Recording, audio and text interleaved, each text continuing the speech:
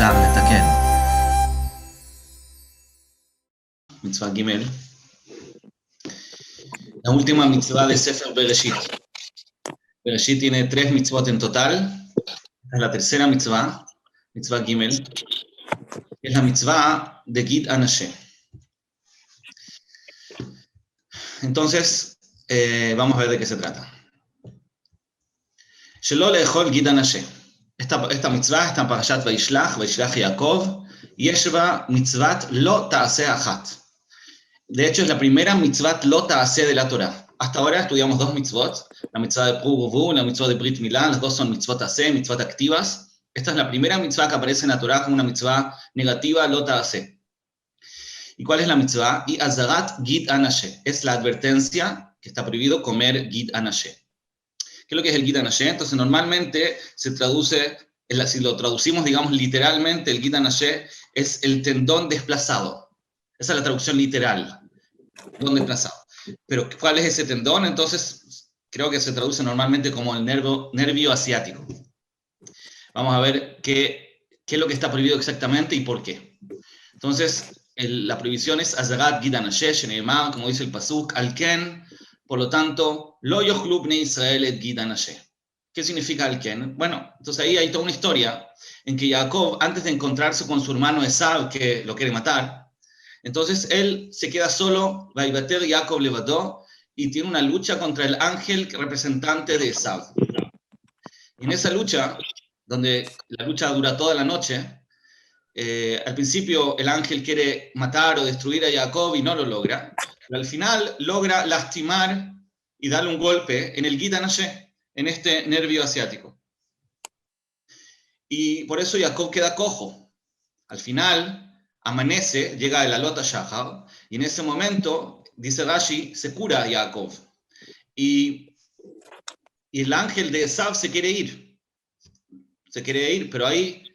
pero Jacob no lo suelta hasta que le dé una brajá, así le dice.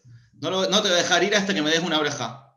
Y bueno, y ahí el ángel de Esav le da efectivamente una brajá, que tenemos que entender qué significa todo esto.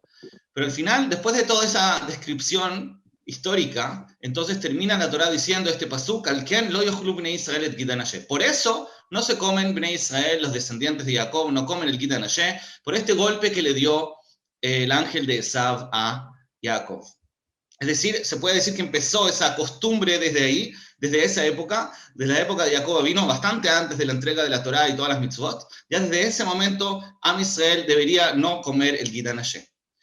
Pero por eso, si lo tomáramos así, podría entenderse que es como una especie de minhag, que es como una costumbre, pero no una prohibición.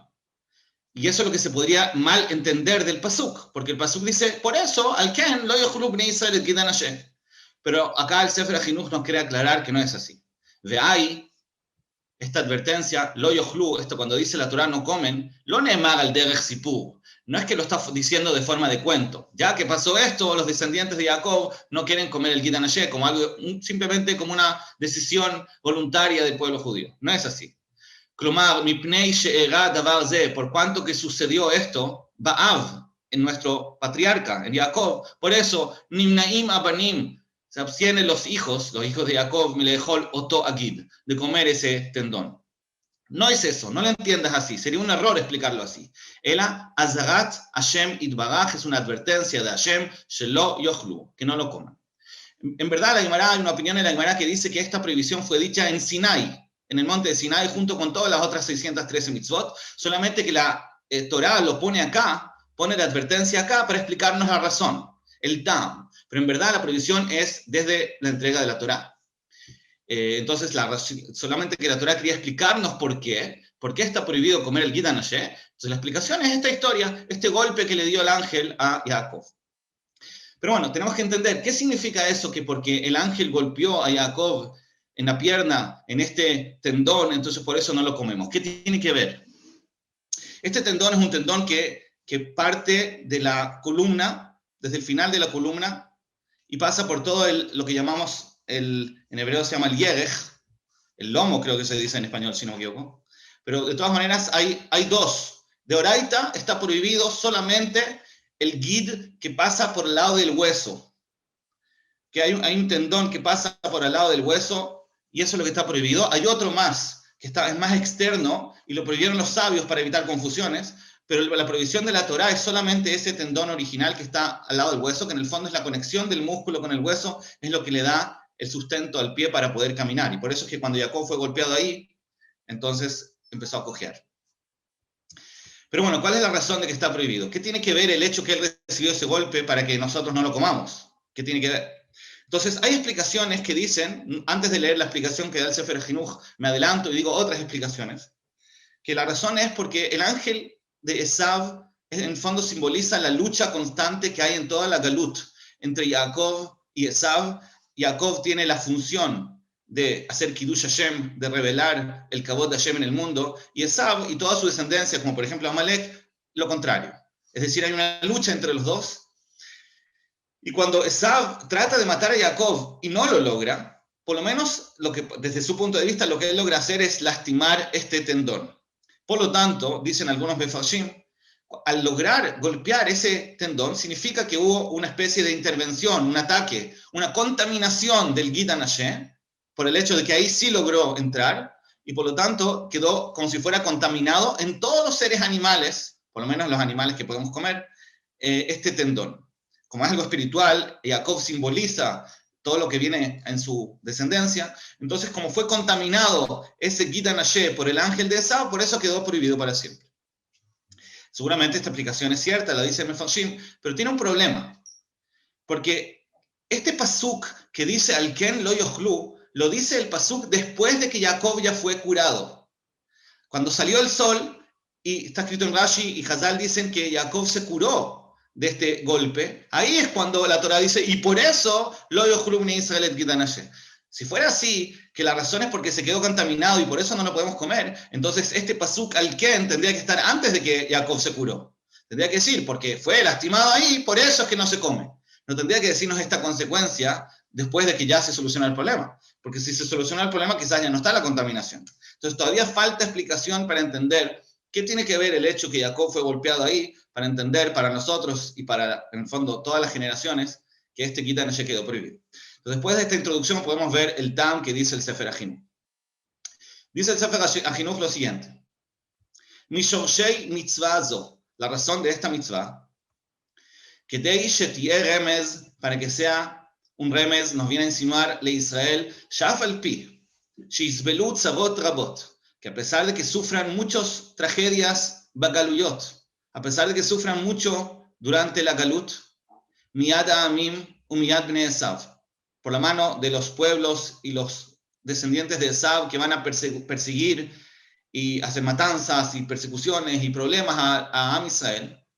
A pesar de eso, she'iyu betuchim, que Am Israel esté seguro, esté tranquilo, shelo ya'abdu. Am Israel pueden estar seguros de que no van a ser exterminados, lo ya'abdu. Ela leolam ya'amod zar'am, siempre van a existir su descendencia. Veshmam, no solamente va a existir su descendencia, sino también su nombre. Es decir, no es que no se va a perder el pueblo judío en términos físicos, sino que tampoco en su nombre espiritual. Am Israel siempre va a existir como pueblo judío.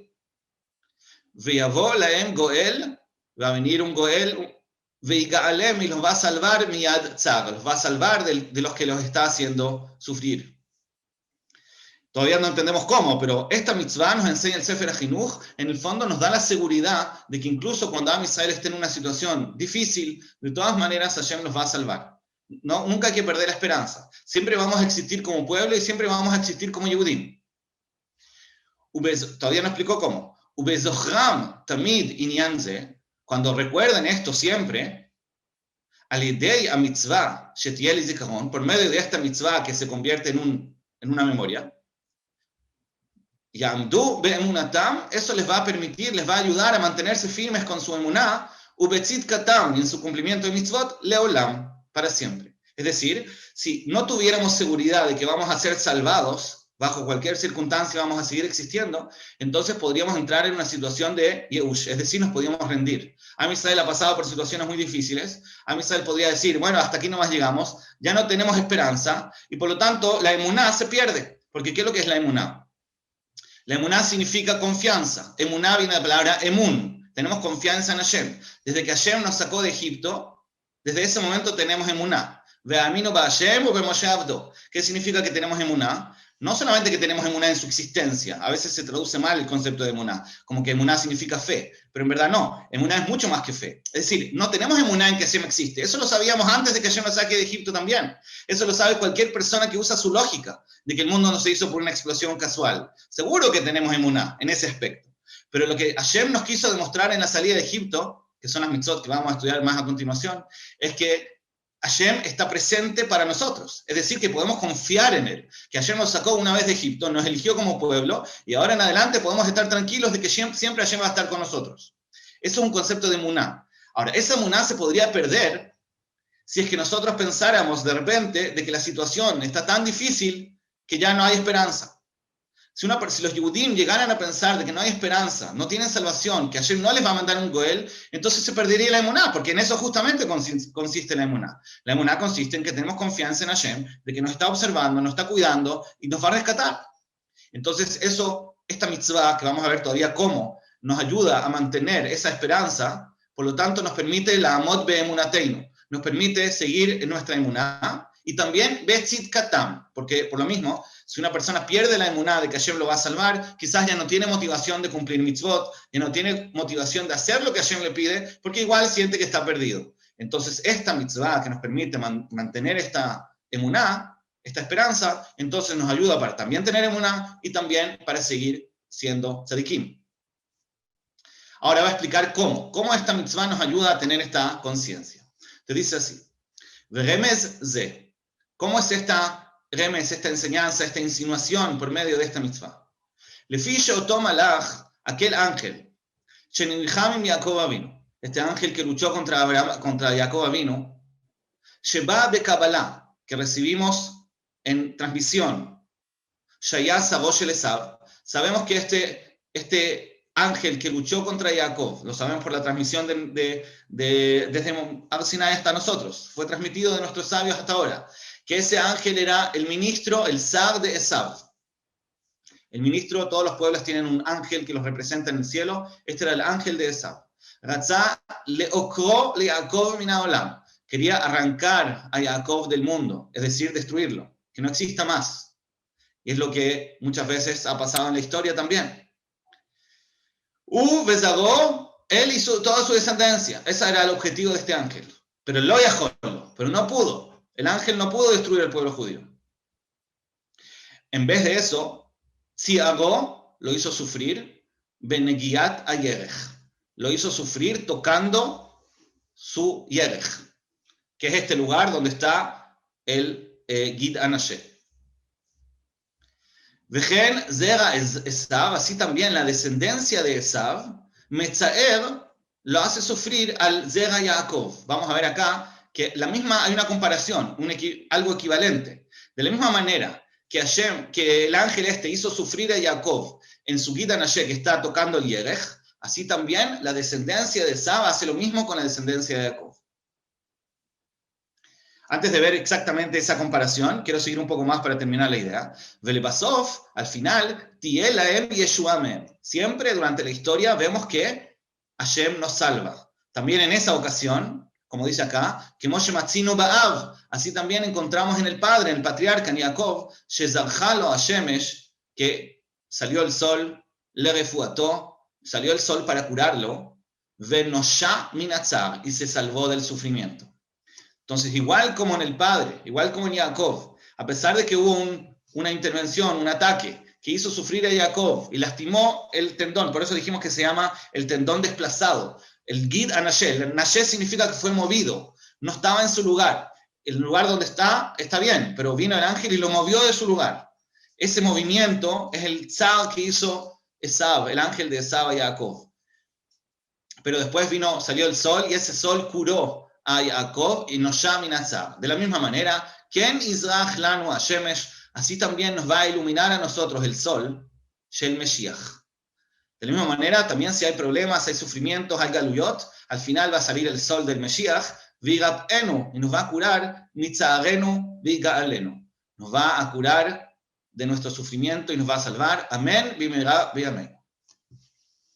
Entonces, en el fondo, dice el Sefer HaChinuch, lo que queremos recordar en esta mitzvah no es el sufrimiento del Gid Hanasheh, sino al revés, la salvación del Gid Hanasheh. El hecho de que al final Jacob fue curado, en esa primera ocasión que Jacob tuvo una lucha por primera vez con el ángel de Esav, es la primera vez en la historia que hubo esta lucha, este encuentro entre Esav y Jacob, y a pesar de que Jacob salió vivo, que era lo contrario de lo que quería Esav, de todas maneras hubo un problema, le lastimó al Gid Hanasheh, que tenemos que entender qué significa eso, pero de todas maneras ese sufrimiento Hashem lo curó, lo salvó, y Maseh Avot, Siman Lebanim, lo mismo decimos que va a pasar en la historia al final, que incluso que pasen problemas, hayan galuyot, hayan sufrimientos para Am Israel por medio de Esav, al final va a venir el Mesías y Hashem nos va a salvar. Es decir, podemos decir que la mitzvah de Gid Hanasheh está basada en la emuná de Biat Meshiach. Entonces, la tercera mitzvah de la Torá, esta tercera mitzvah, que es la primera mitzvah Lo Ta'aseh, su objetivo es enseñarnos que no tenemos que perder la esperanza. Es muy contrario a lo que habíamos dicho antes en nombre de otros mefarshim, que dicen que esta mitzvah está enfocada simplemente no comer el Gid Hanasheh porque fue contaminado. Y preguntamos, si fuera por eso, entonces ¿por qué la Torá dice que la razón de que Am Israel no lo come lo dice después de la curación? Lo tendría que decir antes, pero ahora entendemos perfectamente. Porque justamente la idea de la mitzvah no es recordar el dolor, sino recordar que incluso cuando hay dolor, hay, Besat Hashem, una esperanza y hay una salvación. Se puede decir que en ese aspecto se compara con el ayuno de Ta'anit Esther. Hay ayunos que se hacen durante el año que los hacemos recordando la destrucción del templo. Casi todos los ayunos son así, es decir, es algo triste. Ayunamos porque estamos tristes por algo que pasó que todavía no se resolvió y tenemos que volver a Teshuvá porque todavía no se ha reparado, todavía no se ha construido el Bet Hamikdash, significa que todavía estamos mal. Pero hay un ayuno que no es así, el ayuno de Ta'anit Esther. El ayuno de Ta'anit Esther consiste en recordarnos que cuando Am Israel está mal, si reza, Bezrat Hashem, todo va a estar bien. Igual como pasó en la época de Esther Amalcá, que Am Israel estaba a punto de ser exterminado, y vino Esther, reunió a todos, se ayunaron y pidieron tefilá y Hashem lo salvó. Entonces es un ayuno que no está simplemente como para hacer chubá y reparar lo que todavía no hemos reparado como hacemos en otras ocasiones, sino es para recordarnos que existe la esperanza. En ese aspecto podemos decir que esta mitzvah funciona igual. No es una mitzvah negativa que estamos recordando el dolor, sino que cuando una familia se sienta a comer y tienen la carne ahí después de la shchita, entonces el papá les va a decir a sus hijos, queridos hijos, ahora tenemos que sacar el Gid Hanasheh, porque esto no lo podemos comer. Entonces le van a preguntar, pero papá, ¿por qué no podemos comer el Gid Hanasheh? ¿Qué tiene de malo? Entonces ahí el papá les va a contar esta historia, lo que pasó con el ángel de Esav, que es algo que se repite durante la historia todas las generaciones. Pero Akadosh Baruj Hu, Matzileinu Beyadam, Hashem nos salva. Y eso lo recordamos con esta ocasión, el no comer el Gid Hanasheh.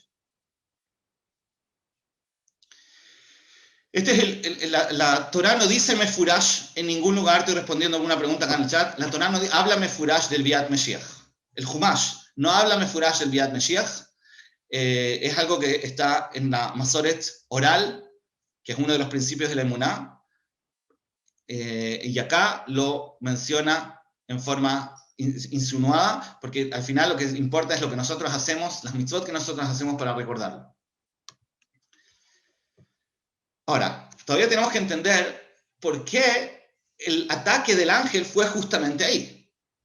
¿Por qué fue en ese lugar? Podría haber sido en cualquier lugar y tendríamos que hacer lo mismo. Podríamos haber atacado, no sé, la mano y tendríamos que evitar comer manos de animales, no sé, y sería el mismo concepto. Tiene que haber alguna razón por qué el ángel atacó justamente ahí. Tiene que tener algún significado.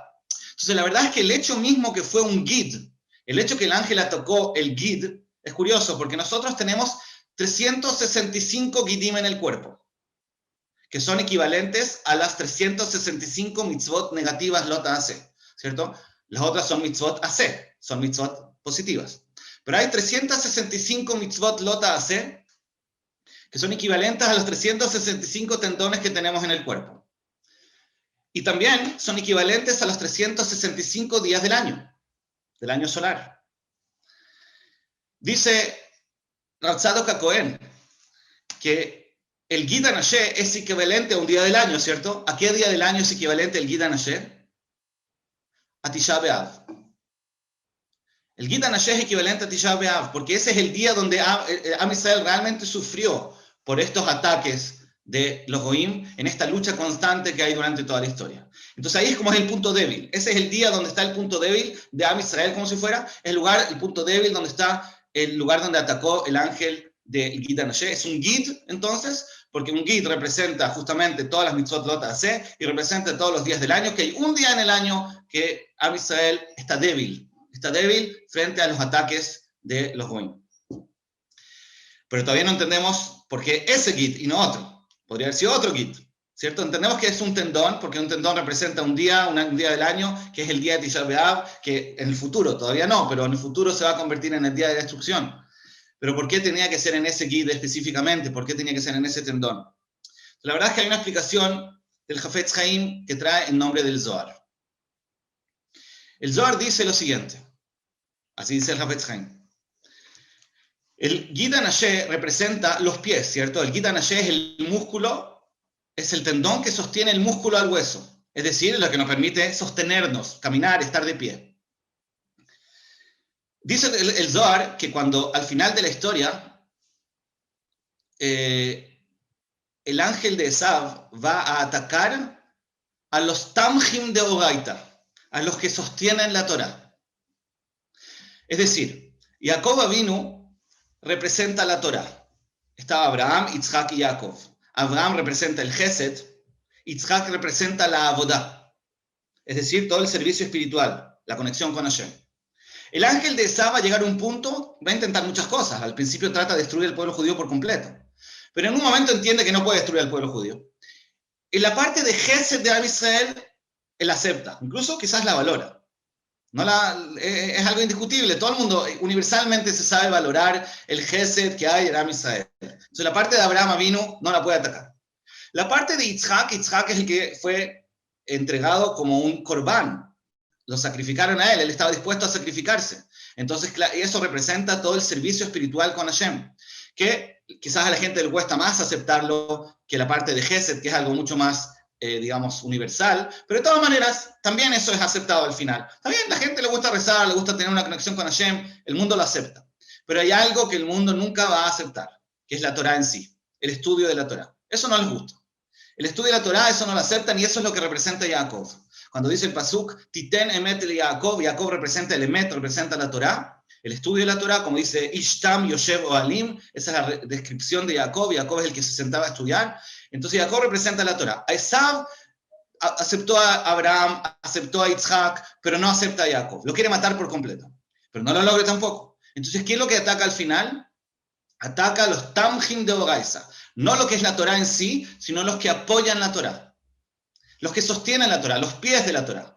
Es decir, a los que están estudiando en serio, el ángel de Esav no les puede hacer nada. No puede penetrar ahí, no puede atacar, pero sí puede penetrar a los que quieren sostener la Torá. A ellos los va a convencer de que no apoyen la Torá, que no es importante, que están perdiendo el tiempo, que simplemente están estudiando, que se vayan a trabajar, etc. Ese mensaje, dice el Zohar, es lo que va a pasar al final de la historia. Ahí es el ángel de Esav sí va a lograr hacer un daño, va a lograr lastimar. Va a decirles a los Tamjim de Ogaisa, dejen de apoyar la Torá, porque no nos sirve para nada. Y la Gemara ya dice en Masejet Sanedrín que el que dice que el estudio de Torá no sirve, o sea, el que busca una utilidad práctica al estudio de la Torá y no entiende que la Torá es valiosa por sí misma, el estudio de Torá es valioso porque sostiene el mundo en sí mismo, dice la Gemara es una picoides. Es decir, uno de los principios de la Yahadut, los principios del judaísmo, es que el estudio de la Torá es algo valioso por sí mismo. Y el que dice, ma'eanu liga bonon, ¿de qué me sirve que haya gente estudiando Torá? No me están enseñando, no me están nada, simplemente están sentados estudiando, ¿de qué me sirve? Dice la Gemara es una picorsut, porque uno de los principios de la emuná es que el estudio de la Torá es valioso por sí mismo. Pero como ya dijimos, incluso eso, a los que están así entregados a la Torá, nadie lo saca. El daño que se les puede hacer es algo indirecto. Se le puede atacar a los que sostienen la Torá. A ellos se les va a convencer de que no lo hagan. Entonces, en ese momento, si conectamos el pshat del Sefer HaChinuch con el pshat del Hafetz Haim, entonces podemos decir lo siguiente: puede llegar un punto en que realmente sea difícil sostener la Torá. Sea difícil, porque Esav sí ha logrado influenciar mal a los Tamjim de Ogaita, los que apoyan la Torá. Pero también ahí tenemos que tener este concepto que dice acá el Sefer HaChinuch, que no hay que perder la esperanza.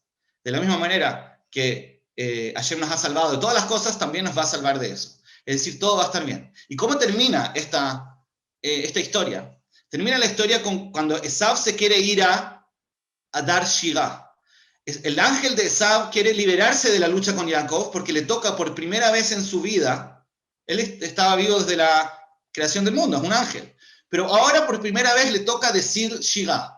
Los ángeles tienen turno. Cuando a cada ángel le toca decir enfrente de Hashem una alabanza. Es el momento más, digamos, especial para un ángel. Para eso es lo más alto que puede llegar. Entonces el ángel se quiere ir. Cuando amanece en la mañana siguiente de esta noche tan especial, entonces el ángel se quiere ir a dar alabanza a Hashem. Y Jacob dice, no, ahora yo no te dejo ir. No te acepto que te vayas hasta que me des una brajá. Y él no le queda otra que le dar una brajá a Jacob y con eso lo libera. Y efectivamente Esav va a dar alabanza, esta shirá a Hashem.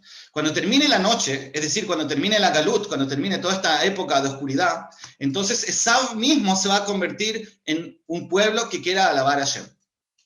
Pero antes de eso, va a tener que reconocer el lugar de Am Israel en la historia.